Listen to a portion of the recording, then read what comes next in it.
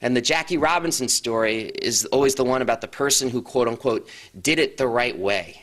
In other words, he kept his mouth shut, he took all kinds of abuse, all kinds of racism, but because he proved his mettle on the field without being some big rabble-rouser, he paved the way for integration. Now, the story is absolute bunk. I mean, the reality is that Jackie Robinson was, he was not a flawless person by any respect of the imagination. I talk about this in the book. Most famously or infamously, in 1949, he testified at the House of the Un-American Activities Committee at the request of Congress against Paul Robeson, and which is in and of itself a very interesting story, because, and he later called that the greatest mistake of his entire life. I mean, by 1949, Jackie Robinson was actually the #2 most respected person in the United States in a Reader's Digest poll, which just says something about the country at the time as well, in 1949.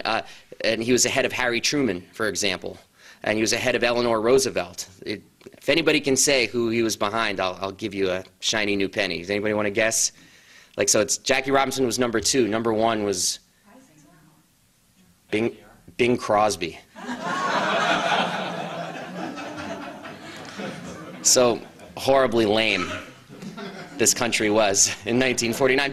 But he was respected precisely because of this crafted image that said he wasn't going to be a race rabble-rouser. He was just going to keep silent. And he had that respect because he took on the monster in the closet, Paul Robeson. See, Robeson had made the statement that he didn't believe that African-American soldiers would be willing to fight in a Cold War, or in a hot war, I should say, against the Soviet Union because of racism in the United States. And they called Jackie Robinson in to testify as a veteran, because he was a veteran in World War II, that that was actually not the case. And it's interesting, though, you look back on the testimony that Robinson gave, he starts by speaking in very radical terms. Like, he says, like, look, we don't need any outside agitators to tell us that there's lynchings going on in the South. We don't need outside agitators to tell us that racism equals violence, not just in the South, but in the North of this country. And I have the whole transcript in the book. And as he was giving this testimony, you had particularly Southern members of the committee walking out, like just totally disrespecting him. But then he made the statement that they brought him there to say. He said, but we have fought too hard and too long for citizenship in this country to give it up for, as he put it, a siren song sung in bass, which was a reference to Paul Robeson and his famous bass voice.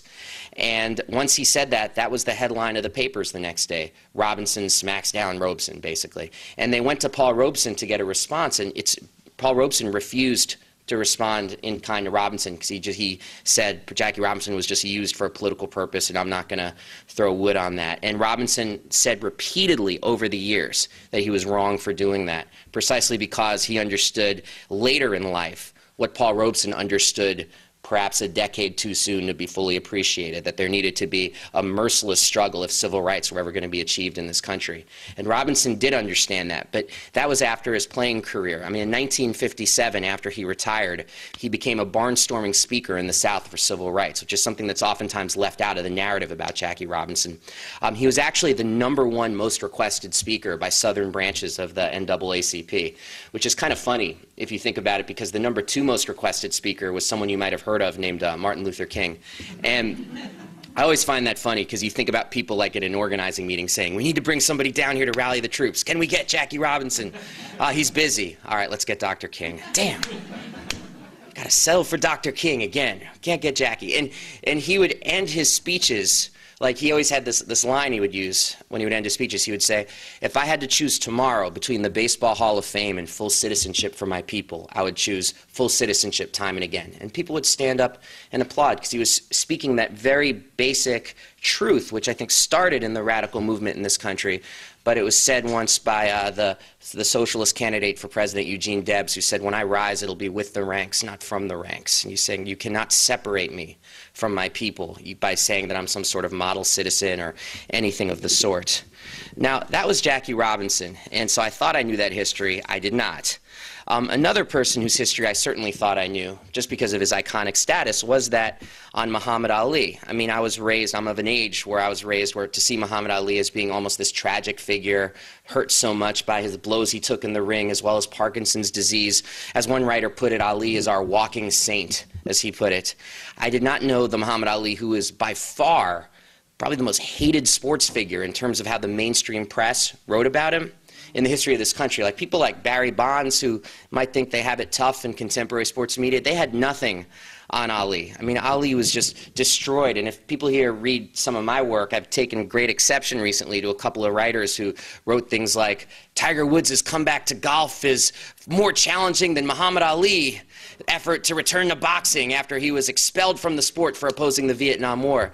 And I was just like, okay, now that I'm done banging my head into a wall, let me tell you why that's the stupidest thing ever written since the dawn of time. You know, things like that.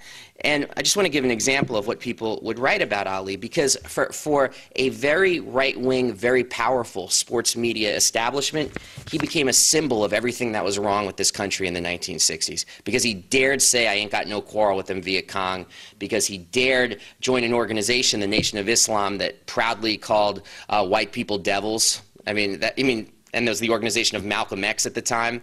And I mean, in the mobbed-up world of boxing, I mean, those were just not things you did. And he kept talking about how pretty he was, which actually is actually a big deal and why people didn't like him, because there's something about that which I would argue is rooted deeply in the African-American tradition, which tends to make, I think, white society, this is my argument, very uncomfortable. This idea that you can be heterosexual and pretty.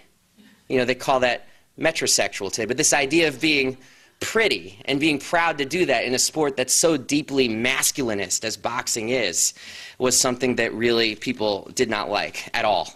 It was way too transgressive. And they called him things, you know, the biggest thing was that they called him Cassius Clay, even though he had said he changed his name to Muhammad Ali. And actually the New York Times had an editorial policy that they would only call him Cassius Clay. And that was for 6 years after he changed his name. This is the New York Times, the supposed icon of liberal print journalism.